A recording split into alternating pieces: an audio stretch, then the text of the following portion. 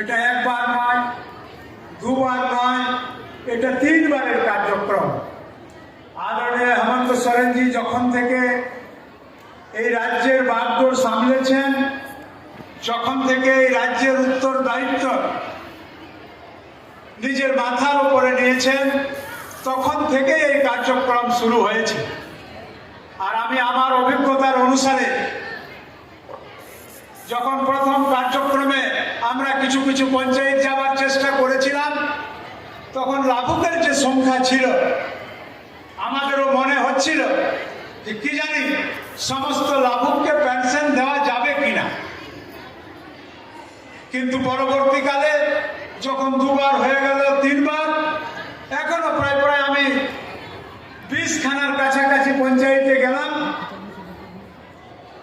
Pension যোজনার লাভুকের সংখ্যা প্রথমের অপেক্ষায় কমে গেছে, অনেক কম। অর্থাৎ পিছনের দিকে যারা 58 বছর বয়সের ছিলেন, যারা এই বছর 60 বছরে পা দিলেন, তারাই কিন্তু লাভুক। একটা কথা আপনাদেরকে বলে যায়, বর্তমান সরকার, হেমন্ত সরকার আর পূর্ববর্তী সরকার, দুটোর মধ্যে তফাৎ কোথায়, পার্থক্য কোথায়? এর আগেও পেনশন হতো, এর আগেও অনেক লোকের পেনশন হতো, কিন্তু আমরা যখন গ্রামে যেতাম দেখতাম, আমি সেদিনও ভদ্র মহিলাকে দিলাম, উনার বয়স প্রায় প্রায় 80 বছরের কাছাকাছি, যেটা বাদল ভাই যে কথাটা আপনাদের সামনে রাখছিলেন। वीडियो साहब करके जिज्ञासा करता हूँ, वीडियो साहब फलाना गांव में आए हैं, यहाँ पर पेंशन लेने के लिए वृद्ध महिला हम लोगों के पास उपस्थित हुए हैं, इनका उम्र करीब करीब 80 साल का है, लेकिन पेंशन योजना का लाभ इनको नहीं मिला है। वीडियो साहब परोक्षणे हमारे के जवाब देते हैं कि सर पूरा जिंदगी भर उनको पेंशन का लाभ नहीं मिलेगा। और सो कहे सरकार का घोषित योजना है, पेंशन पाने का हकदार है, पेंशन कहीं नहीं मिलेगा। पेंशन इसलिए नहीं मिलेगा कि ওর কাছে বিপিএল এর কার্ড নাই। অর্থাৎ এই যে বিপিএল এর কার্ডের ব্যারিকেডিং ছিল, এই ব্যারিকেডিং থাকার জন্য আপনার বয়স 60 বছরের ঊর্ধ্বে হয়ে যাওয়ার পরেও কিন্তু আপনি পেনশন যোজনার লাভ পেতেন না। এই বিষয়টাকে আত্মসাৎ করে, এই বিষয়টাকে বিচার করে আমাদের যুবা মুখ্যমন্ত্রী যখন প্রথম এই রাজ্যের উত্তরদায়িত্ব নিজের মাথায় নিলেন, উনি প্রথম কিংবা দ্বিতীয় ক্যাবিনেটে এই বিপিএল কার্ডের ব্যারিকেডিং এর ঝঞ্ঝাটটা উঠিয়ে দিলেন। আর বিপিএল কার্ডের ঝঞ্ঝাটটা উঠে যাওয়ার ফলে কি হলো, সেই পেনশন যোজনার নাম হলো সর্বজন পেনশন যোজনা। অর্থাৎ যে বৃদ্ধ বা বৃদ্ধা 60 বছরের বয়স অতিক্রম করেছে, তারা পেনশন পাবার ইন্টাইটেল, তারা পেনশন পাবার যোগ্য, আর তাদেরকে পেনশন দেওয়া হবে। এটাই অন্তর। আগেও পেনশন হচ্ছিল আর এখনো পেনশন হচ্ছে। হেমন্ত সোরেনের সোচ, হেমন্ত সোরেনের বিচার, আর বিচারের যে প্রতিবিম্ব যেটা আজকে আমরা সমাজের মাঝখানে দেখতে পাচ্ছি, সেটা হচ্ছে আমার মনে হয় এটা তো বিত্তীয় বছরের শেষ সময় চলছে। এই বিত্তীয় বছরের মাত্র 4-5 মাস সময় বেঁচে আছে। 4-5 মাস পর যখন নতুন বিত্তীয় বর্ষ শুরু হবে, তখন আবার এই ধরনের কার্যক্রম আপনাদের পঞ্চায়েতে বা আপনাদের ব্লকে হবে। আমার মনে হয় সে সময় দেখবেন সর্বজন পেনশন পাবার যেসব লাভুক, তার সংখ্যা অত্যন্ত কম। দ্বিতীয়, আবহাওয়া আবাস। আপনি আগেও দেখতেন আবাস হতো, আবাস হতো না সে বলে কোনো কথা নয়, কিন্তু কিরম আবাস হতো, একটা রুম হতো। আর একটা রুম হওয়ার ফলে বৃদ্ধ মা বাবা রুমের ভেতরে থাকবেন, বা তার পুত্রবধূ সন্তান রুমে থাকবেন, বা কোনো যদি আত্মীয় স্বজন ওদের বাড়িতে চলে আসে তারা ওখানে থাকবেন। বড় মুশকিলের স্থিতি ছিল। মানে মিলিয়ে ঝুলিয়ে একটা কথা বলা যায়, ওদের কষ্ট কিন্তু মিটছিল না। আর আজকের আবহাওয়া আবাস যদি আপনি দেখেন, এতে 3খানা রুম, শৌচালয়, একটা সুন্দর রান্নাঘর, কিচেন যেটাকে বলছে। আগের ইন্দিরা আবাস যেটা হচ্ছিল, সেটা আমার মনে হয়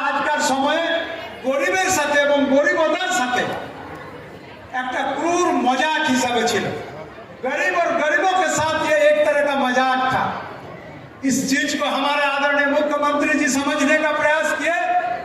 अरे परिवार का जो परिभाषा होता है, एक परिवार जो परिभाषा है, पुत्र कन्या आश्रित व्यक्ति के लिए घरे बसबास करा तादेरके दृष्टिपथे रेखे उनी आबहावा आवास दिएছেন। আর একটা কথা ঠিকই বলছিলেন আমার বাদল পত্রলেখ সাহেব, আমি যেহেতু অন্য পদের মানুষ সব কিছু বলতে পারি না, তবু আমার বিধানসভায় কার্যক্রম হচ্ছে, কিছু কিছু কথা না বললেও চলে না। আমাদের মুখ্যমন্ত্রী এবং ওনার ক্যাবিনেটের সাথী ভারতবর্ষের কাছে অর্থাৎ দিল্লির কাছে অনেকবার চিঠি লিখে পাঠালেন, বার্তাও করলেন যে আমাদের লক্ষাধিক আবাস যেটা প্রধানমন্ত্রী আবাস সেটা লম্বিত আছে, পেন্ডিং আছে, এখনো তার পয়সা বরাদ্দ হয়নি। আমাদের পয়সা দিয়ে দিন, আমাদের এখানকার মানুষ বড় কষ্টে আছে। ঝাড়খণ্ড অত্যন্ত গরিব প্রান্ত, অনেক আবদার করার পরেও, অনুনয় বিনয় করার পরেও সে ঘর আমরা পেলাম না। আমাদের আদরণীয় মুখ্যমন্ত্রী নিজের রাজ্যের রাজস্ব থেকে, নিজের রাজ্যের ফান্ডিং থেকে 8 লক্ষ আবাস নির্মাণ করার উত্তর দায়িত্ব নিজের কাঁধে নিলেন। আটটা শুরু হয়ে গেছে। এটাই হচ্ছে আবহাওয়া আবাস যোজনা। এর আগেও হতো, আমি শৌচালয়ের কথা বললাম, এর আগে দফা হতো, শৌচালয় হতো। আপনারা আগের সরকারের শৌচালয়ে শৌচক্রিয়া করেছেন? শৌচক্রিয়া করেন? আপনি অত্যন্ত চালাক মানুষ। যদি ভুলে ওই শৌচালয়ে গিয়ে শৌচক্রিয়া করতেন, শৌচ করার জন্য প্রবেশ করতেন, তো বাইরে আসতেন কি না আসতেন তার কোনো গ্যারেंटी ছিল না। उस शौचालय में गलती से अगर आप घुस जाते तो लौटते या नहीं लौटते इसका भी कोई गारंटी नहीं था। इसलिए लोगों ने उस शौचालय का इस्तेमाल नहीं किया। हमारे आदरणीय मुख्यमंत्री जी जो आबो आवास आपको दे रहा है, इनमें जो शौचालय का निर्माण होगा, এতে যে শৌচালয় হবে, যদি কোনোদিন আপনাকে 3 বার 4 বারও যদি শৌচালয়ে প্রবেশ করতে হয় তো আপনার কোনো অসুবিধা হবে না। আর 2 লক্ষ টাকা মুখ্যমন্ত্রীর তরফ থেকে, রাজ্য সরকারের তরফ থেকে, আর কনভার্জেন্স ফান্ড থেকেও প্রায় 22,224 টাকা আছে। আর মোড অফ পেমেন্ট, আপনাকে পয়সা দেওয়ার যে একটা নিয়ম নির্ধারণ, সেটাও কিন্তু ক্লিয়ার।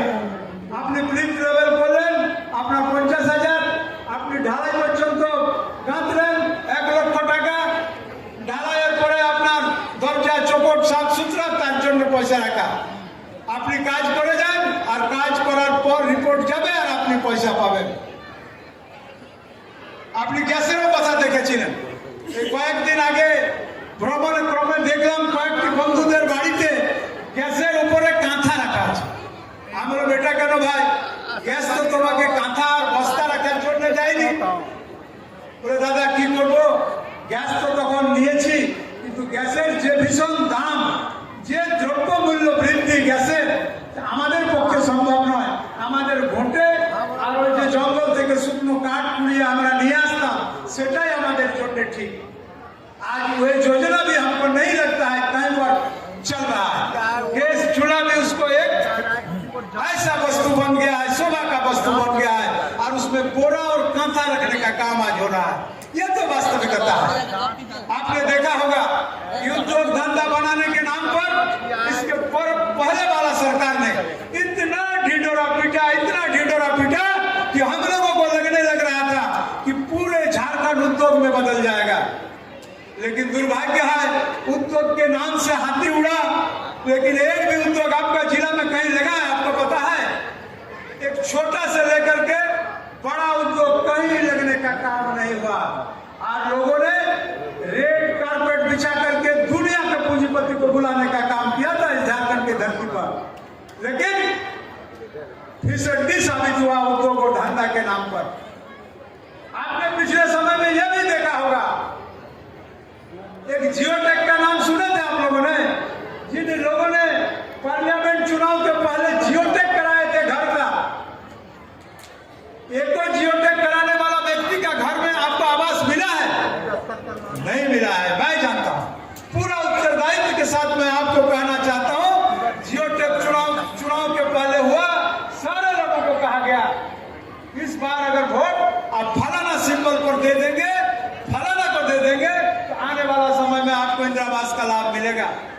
लेकिन दुर्भाग्य है कि जियोटेक तो हमारा गांव के भाई साहब लोग करा दिए।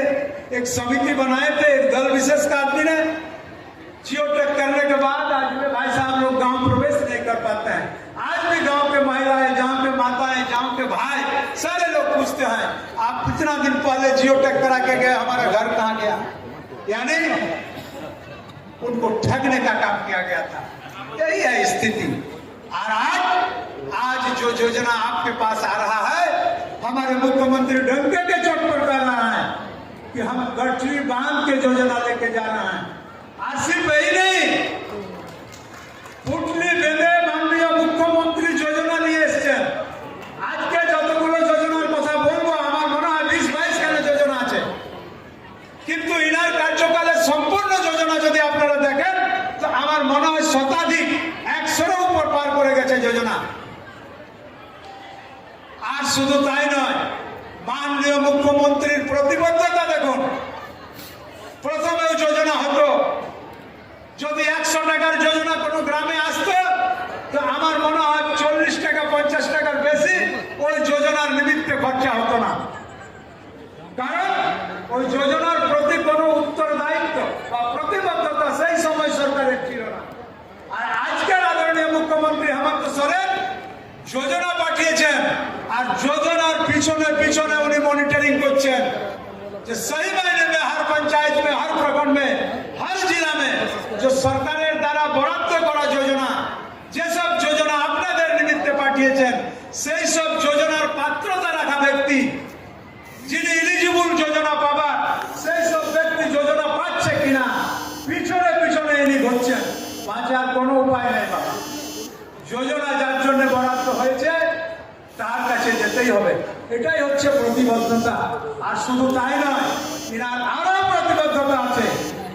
সমাজে দাঁড়ানো অন্তিম ব্যক্তি, অসহায় ব্যক্তি, নিপীড়িত ব্যক্তি, গরিব ব্যক্তি, যার সত্যিকারের সরকারের যোজনার প্রয়োজন, সত্যিকারের যার পিছনে দাঁড়ার জন্য সরকার এই যোজনা বানিয়েছেন, সেই যোজনা 100-এ 100, 16 আনায় 16 আনা সেই অবধি পৌঁছাচ্ছে কিনা সমস্ত উনি রিপোর্ট লিখছেন। এবার আপনি চিন্তা করুন, আগের সময় আর বর্তমান সময়ের মধ্যে অন্তর। ইনি যে মনিটরিং ক্যাবিনেটের সমস্ত সাথীদেরকে নিয়ে, ত্রিস্তরীয় পঞ্চায়েতের সমস্ত সদস্যদের সাথ নিয়ে আর সমস্ত পদাধিকারীর টলি নিয়ে ইনি যা পাড়ায় পাড়ায় পৌঁছাচ্ছেন, পঞ্চায়েতে পঞ্চায়েতে পৌঁছাচ্ছেন, এতে কোনো উপায় নাই। আর আমি হলফ করে বলতে পারি, আমি সম্পূর্ণ বিশ্বাসের সাথে আপনাদেরকে বলতে পারি, আগামী কিছুদিনের মধ্যে যে দুঃখ, দারিদ্রতা, যে ক্লিচ্ছতার মধ্যে আমরা আমাদের জীবনযাপন করছি, আমাদের অসহায় মানুষরা নিজের জীবনযাপন করছেন, তাদের জীবনের সম্পূর্ণ তো অবশ্যই বলবো না, সম্পূর্ণ তো অবশ্যই বলবো না, তো অধিকাংশ সমস্যা দূর হয়ে যাবে। ऊपर वाला के आशीर्वाद से अगर आंख में आंसू है तो पूरा आंसू को मिटाने की क्षमता हमें नहीं है, लेकिन उस आंसू को पोंछने का प्रयास भी हमारे पास है और आंशिक रूप से उस आंसू को पोंछने का प्रतिज्ञा भी हमने कर रखा है। यही हुआ এটা তো দুটোর কথা বললাম। অনেক ছাত্র ছাত্রীরা এসছে, এদের নিমিত্তেও কিছু কথা না বললে ছাত্র ছাত্রীরা মনে মনে রাগ করবে। আজ আপনারা দেখেছেন, একটা পরিবারে যদি 2টি কিংবা 3টি ছেলে মেয়ে পড়াতে মেধাবী হয়, পড়াশোনাতে যদি ভালো হয়, पढ़ने लिखने में अगर अव्वल होता है, तो गार्जियन बड़ा बेटा को कहता है कि बेटा तुम गृहस्थी का काम देखो, हमारा छोटा लड़का जो है उसको पढ़ने के लिए हम बाहर भेज रहे हैं। और कहे इसलिए कहते थे कि उनका जो सीमित खेती है, उनका जो सीमित खेती है, सीमित खेती के माध्यम से सब बेटा को पढ़ाने का क्षमता उनके अंदर में नहीं है, इसलिए मेधावी होने के बावजूद भी वैसे विद्यार्थियों को पढ़ाई छोड़ना पड़ता था, फुल स्टॉप लग जाता था। हमारे मुख्यमंत्री जी ने वैसे विद्यार्थियों को कहा, उनके गार्जियन अभिभावक को कहा, आपको चिंता करने की जरूरत नहीं है, आपका बेटा बेटी का पढ़ाई का सारा जवाबदेही उत्तरदायित्व सरकार, राज्य सरकार और हेमंत सोरेन अपने कंधे पर लिया है। गलत बात है, आप देख अनुभव के पारदेशी स्कॉलरशिप क्या है? आप में से कोई पढ़ लिख करके अव्वल होंगे तो सिर्फ हमारे देश के विश्वविद्यालय नहीं बल्कि विदेशों के विश्वविद्यालय में और प्रतिष्ठित विश्वविद्यालय में आपको पढ़ाने के लिए हमारे हेमंत सोरेन सरकार और हमारे आदरणीय मुख्यमंत्री जी अपने खर्चा में, राज्य सरकार के खर्चा में आप तमाम लोगों को पढ़ाने का काम करेंगे। आप स्कूल ऑफ एक्सेलेंसी देख रहे हैं, आज आपका स्टाइपेंड जो 500 रुपया था 1500 हो रहा है, जो 1000 था वो 3000 हो रहा है, 3 गुना स्टाइपेंड बढ़ाने का काम किए। जब हम लोग एकीकृत बिहार में थे उस समय का जो स्टाइपेंड था आज भी वही चलते आ रहा था। आदरणीय मुख्यमंत्री के संज्ञान में गया और इन्होंने स्टाइपेंड को 3 गुना करने का काम किया। इस तरह अनेकों योजना है, सब योजना के बारे में अगर बोलने जाएंगे तो बहुत काफी समय लग जाएगा। इसलिए मैं समझता हूँ यहाँ का छात्र हो, बुद्धिजीवी हो, बेरोजगार हो, किसान हो, अल्पसंख्यक हो, पिछड़ा हो, आदिवासी हो, हरिजन हो, सारे लोग, निःशक्त व्यक्ति हो, सारे लोगों के हित का योजना सरकार बना करके गठरी में आप लोगों के बीच लाया है और इनका प्रतिबद्धता है कि आपका योजना आपको पहुंचा के ही रहेंगे। इन्हीं शब्दों के साथ मैं अपना वाणी को विराम देता हूं। जय हिंद, जय झारखंड, जोहार जनादेश।